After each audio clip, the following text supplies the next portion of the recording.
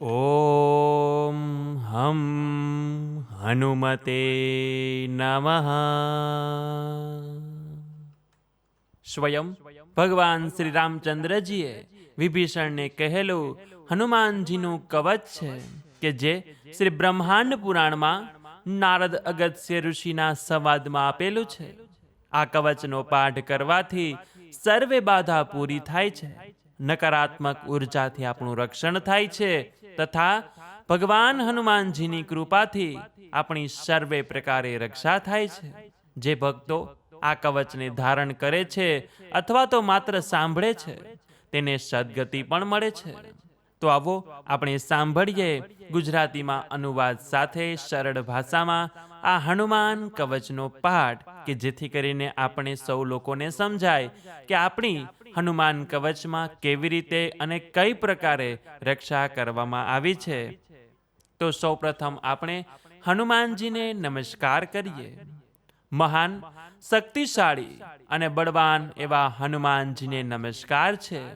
ઐશ્વર્યવાન, ભૂત પિશાચ, સાકીની ડાકીની, પૂતના, મારી મહામારી, યક્ષ, રાક્ષસ, ભૈરવ, વેતાળ, બ્રહ્મ રાક્ષસ, કૂળ કે પ્રતિકૂળ, ગ્રહ વગેરે તમામના ભયને તત્કાળ નષ્ટ કરનાર, બાધાઓને દૂર કરનાર, ઉચિત અંકુશ લગાવનાર, મહામયી એવા ભગવાન શંકરના 11મા રૌદ્રરૂપ એવા શ્રી હનુમાનજીને વારંવાર નમસ્કાર કરીએ છીએ. હનુમાનજીના ચરણોમાં વારંવાર વંદન છે. અથ શ્રી હનુમાન કવચ પાઠ. ભગવાન શ્રી રામજી બોલ્યા કે પૂર્વ દિશા તરફથી હનુમાનજી રક્ષા કરે, દક્ષિણ દિશા તરફથી પવનદેવના પુત્ર રક્ષા કરે, પશ્ચિમ દિશામાં સમુદ્ર ઓળંગી જનાર તથા રાક્ષસોનો સંહાર કરનાર હનુમાનજી મારી રક્ષા કરે, આકાશ માર્ગમાં ગમન કરનાર કેસરીજીના પ્રિય પુત્ર ઉત્તરમાં મારી રક્ષા કરે, નીચેની તરફ ભગવાન શ્રી વિષ્ણુજીના ભક્ત તથા મધ્ય તરફ પવનપુત્ર મારી રક્ષા કરે, સીતા માતાની ચિંતાને દૂર કરનાર અન્ય દિશાઓમાં મારી રક્ષા કરે, લંકાને પૂર્ણપણે બાળનાર હનુમાનજી હંમેશા બધી વિપત્તિઓથી મારી રક્ષા કરે, વાનરરાજ સુગ્રીવના સલાહકાર સહયોગી વાયુના પુત્ર હનુમાનજી અમારા મસ્તકની રક્ષા કરો, મહાબળશાળી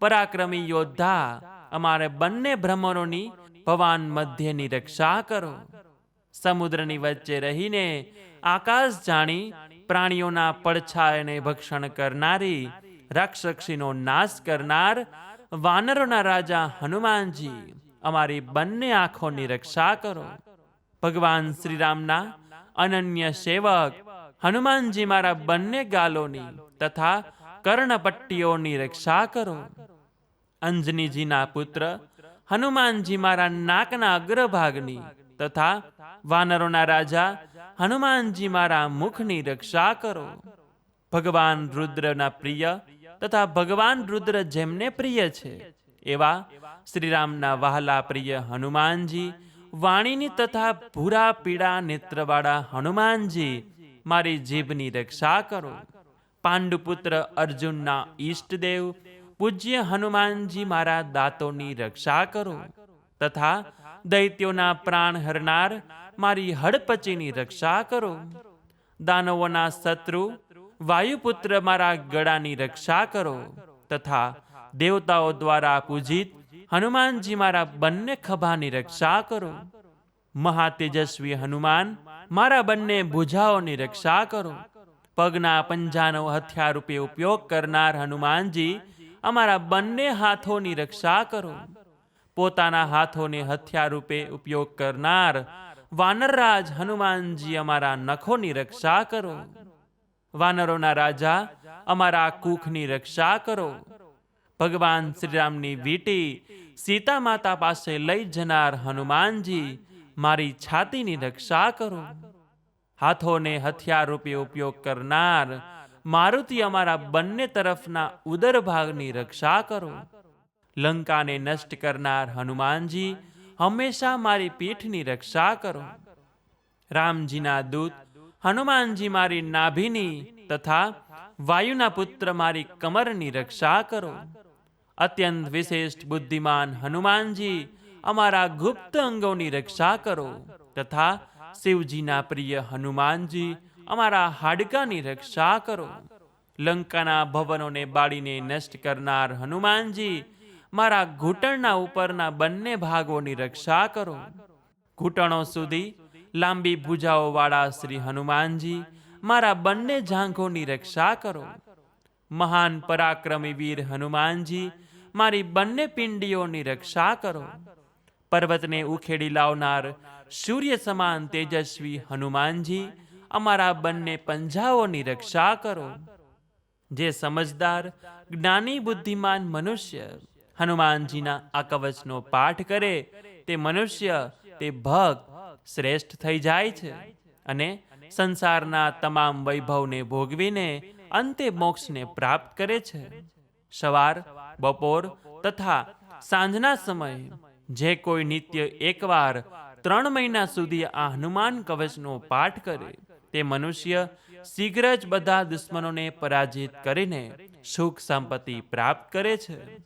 બરાબર મધ્યરાતે જળમાં ઊભા રહીને જો કોઈ આ કવચનો 7 વખત પાઠ કરે એના સર્વે રોગો અને તમામ દુઃખ દૂર થાય છે. રવિવારના રોજ પીપળાના વૃક્ષ પાસે બેસીને જે મનુષ્ય આ કવચનો પાઠ કરે એને ઘણા કાળ સુધી સ્થિર રહેનારી કીર્તિ પ્રાપ્ત થાય છે અને એ યુદ્ધમાં અવશ્ય વિજય પ્રાપ્ત કરે છે. જે મનુષ્ય આ કવચને હંમેશા પોતાના હાથમાં ધારણ કરે છે એને અખૂટ લક્ષ્મી પ્રાપ્ત થાય છે.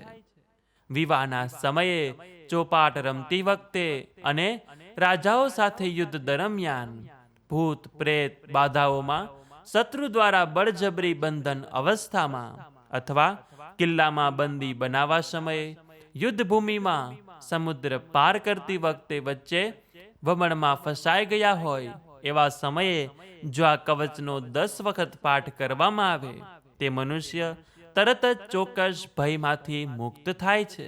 અને જે અલ્પાહારી એટલે કે દિવસમાં થોડું એટલે કે એક જ વખત ભોજન લેનાર છે, પોતાની ઇન્દ્રિયો પર કાબુ રાખનાર મનુષ્ય જો રાતે 10 વખત આ કવચનો પાઠ કરે તો તે વ્યક્તિ સંસારમાં વિજય પ્રાપ્ત કરી લે છે અને મનુષ્યોમાં રાજાની જેમ સન્માનિત થાય છે. અત્યંત ખૂંખાર સિંહ, વાઘ વગેરે જેવા પ્રાણીઓનો ભય તથા બાણો વગેરે જેવા અન્ય શસ્ત્રોના પ્રહાર સમયે પણ જો આ કવચને ધારણ કરવામાં આવે તો તે મનુષ્યની આ કવચ જરૂર રક્ષા કરે છે. સાંકળોમાં જકડાઈ જતા જેલમાં બંદી બન્યા હોય ત્યારે શરીરના કોઈ અંગ અથવા પૂરા દેહને ઘાતક યંત્ર, મંત્ર, તંત્ર દ્વારા નિષ્ક્રિય કરી દેવામાં આવ્યો હોય અને ત્યારે આ કવચનો પાઠ કરવો જોઈએ. જ્યારે દેહ ભયંકર બીમારીથી ગ્રસ્ત હોય ત્યારે શોકમાં ભયંકર ભમસાળ યુદ્ધ વખતે બ્રહ્મ રાક્ષસ કુળ કે પ્રતિકૂળને દૂર કરવા જે મનુષ્ય આ કવચનો પાઠ કરે તે નિશ્ચય વિજય રૂપે પ્રાપ્ત કરે છે. એટલે કે આ કષ્ટોમાંથી મુક્તિ પ્રાપ્ત કરી શકે છે. ભોજપત્ર, લાલ વસ્ત્ર અથવા વૃક્ષની છાલ, તાડના પાંદડાની ઉપર ચંદન, કપૂર, કુમકુમ અથવા શાહીથી લખીને જે મનુષ્ય આ કવચ ધારણ કરે છે 5 ધાતુઓ, 7 ધાતુઓ અથવા 3 ધાતુઓ એટલે કે લોખંડ, તાંબુ, ચાંદી, સોનું, પિત્તળ, કાંસુ દ્વારા બનેલ પત્ર ઉપર આ શુભ કવચ બનાવીને તાવીજમાં મૂકીને જે ગળામાં અથવા ભુજાઓના ઉપરના ભાગમાં અથવા માથા ઉપર ધારણ કરે છે તે મનુષ્યની બધી ઈચ્છાઓ પૂર્ણ થાય છે. આ તદ્દન સત્ય છે, કારણ કે આ કવચ ભગવાન શ્રીરામે સ્વયં કહ્યું છે. જેમણે રમત રમતમાં સહેલાઈથી સમુદ્ર જળને ઓળંગીને જનક રાજાની પુત્રી એવા સીતાજીની શોકરૂપી આગને લઈને લંકા બાળી નાખી એવા માતા અંજનીના પુત્ર કેસરી નંદનના પુત્રને હું હાથ જોડીને નમસ્કાર કરું છું. હનુમાન કવચના પાઠથી તમામ ખરાબ અને નકારાત્મક શક્તિઓ તે વ્યક્તિથી દૂર રહે છે. આ કવચ કરનાર વ્યક્તિ પર કોઈ પણ પ્રકારની જાદુ, ટોણા કે પછી ટોટકાની અસર થતી નથી. તેમજ જો કોઈ આવો પ્રયાસ કરે તો હનુમાનજી આવું કરનાર વ્યક્તિને દંડિત કરે છે. એવી પણ માન્યતા છે કે શ્રીરામ ભક્ત હનુમાનજી આજે પણ આ ધરતી પર કોઈને કોઈ સ્વરૂપમાં બિરાજમાન છે અને પોતાના ભક્તોને રક્ષા કરતા આવ્યા છે. વળી હનુમાનજીનું હનુમાન કવચ એટલું શક્તિશાળી છે કે તેના જાપથી કોઈ મૃત પ્રાણીને પણ જીવિત કરવામાં આવી શકે છે. ધાર્મિક ગ્રંથોમાં, વાર્તાઓમાં કહેવાયા મુજબ ભગવાન રામે પણ રાવણ સાથેના યુદ્ધ પહેલા હનુમાન કવચનો પાઠ કર્યો હતો અને આ જ કારણથી રાવણના અનેક પ્રયાસ અને આયુધો છતાં ભગવાન રામને કંઈ નુકસાન થયું ન હતું.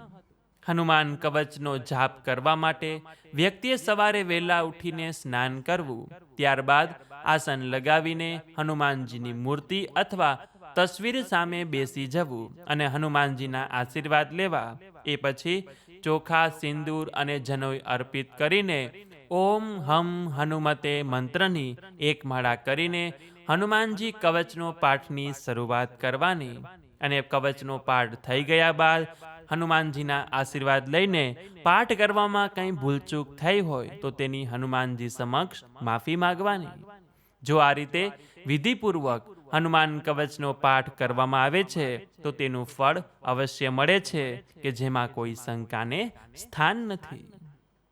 તો બોલે હનુમાનજી મહારાજ કી જય. શિયાવર રામચંદ્ર ભગવાન કી જય. તો મિત્રો, આજના આ વિડીયોમાં આપણે શક્તિશાળી અને ચમત્કારિક એવો હનુમાનજી કવચનો પાઠ કર્યો. આશા છે કે આપ સૌ લોકોએ પણ મારી સાથે કર્યો હશે અને નિત્ય કરતા રહેશો. તો આ વિડીયો પસંદ આવ્યો હોય તો લાઈક કરજો, તમારા મિત્રોને મોકલજો અને જો આપ અમારી ચેનલમાં નવા હોય તો અમારી ચેનલને સબસ્ક્રાઈબ કરવાનું ભૂલતા નહીં કે જેથી કરીને આવા જ અવનવા વિડીયો આપ સુધી પહોંચતા રહે. તો આ સાથે હવે મને રજા આપો, મળીશું ફરીથી એક નવા વિડીયોમાં. ત્યાં સુધી આપ સૌ લોકોને અમારી ચેનલના જય શ્રી કૃષ્ણ, જય શ્રી રામ. મારી સાથે હનુમાન કવચનો પાઠ કરવા બદલ આપ સૌ ભક્તોનો ખૂબ ખૂબ આભાર.